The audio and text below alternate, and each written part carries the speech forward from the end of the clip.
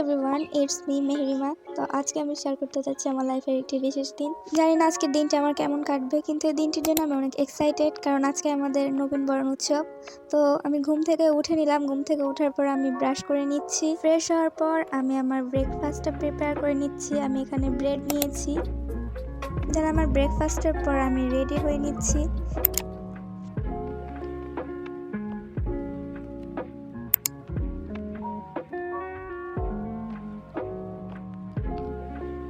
দেন আমি রেডি হয়ে কলেজে যাওয়ার জন্য বের হয়ে পড়লাম। কলেজে যাওয়ার জন্য আমি খুবই এক্সাইটেড। কিছুক্ষণের মধ্যে আমি আমার কলেজে পৌঁছে গেলাম। আজকের দিনটি কমফোর্টেবল ছিল, কারণ আজকে এতটাও শীত পড়েনি। দূর থেকে দেখতে পেলাম যে অনেক স্টুডেন্টরা আসছে এবং তারা খুবই এক্সাইটেড। আমি কলেজে চলে গেলাম এবং আমরা ফ্রেন্ডদের সাথে একটু ফান করলাম। কিছুক্ষণের মধ্যেই অনুষ্ঠানটি শুরু হতে চলেছে, তাই আমরা নিচে চলে গেলাম অনুষ্ঠানটি অ্যাটেন্ড করার জন্য।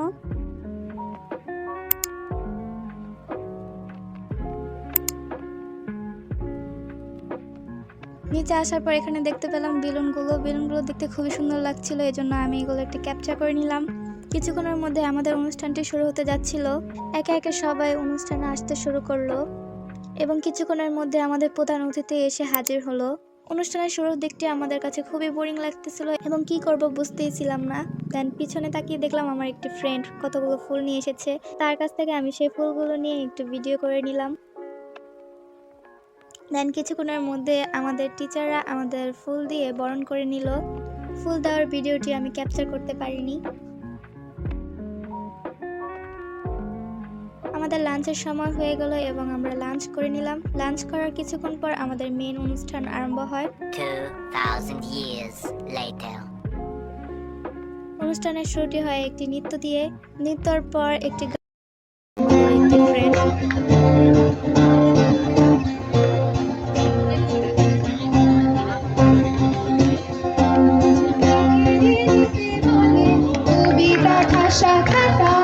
যেন কেড়ে নিতে দেব না,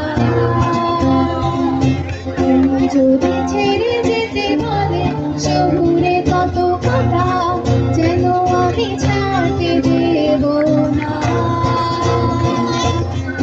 যদি কেড়ে নিতে বলে কবিতা ভাষা খাতা, যেন কেড়ে নিতে দেব না।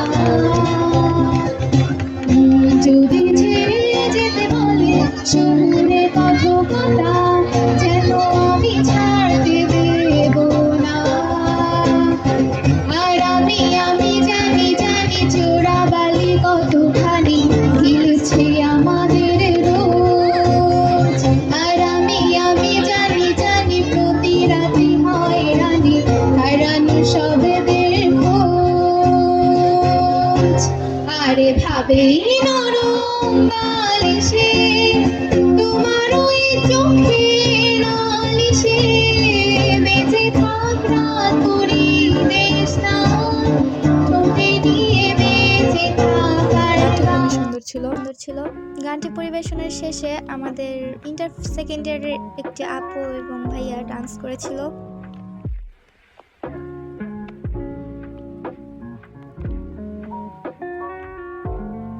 এভাবে অনুষ্ঠানটি চলছিল এবং আমরা খুবই এনজয় করতেছিলাম। কিছুক্ষণের মধ্যে অনুষ্ঠানটি শেষ হয়ে যায় এবং শেষ হতে হতে আমাদের বাসায় ফিরতে প্রায় সন্ধ্যা হয়ে যায়। বাসায় যাওয়ার সময় আমার খুবই আইসক্রিম খেতে ইচ্ছে করলো, তাই আমি একটি স্টোরে চলে গেলাম আইসক্রিম কেনার জন্য। অ্যান্ড আমি আমার ফ্রেন্ডকেও বলেছিলাম তাকে আইসক্রিম খেতে, কিন্তু সে শীতের মধ্যে আইসক্রিম খেতে চাইলো না, তাই আমাকে একাই আইসক্রিম খেতে হলো। জানি না, বাট আমার শীতের মধ্যেও আইসক্রিম খেতে খুবই ভালো লাগে। তো আজকে এই পর্যন্তই। থ্যাংক ইউ সবাইকে।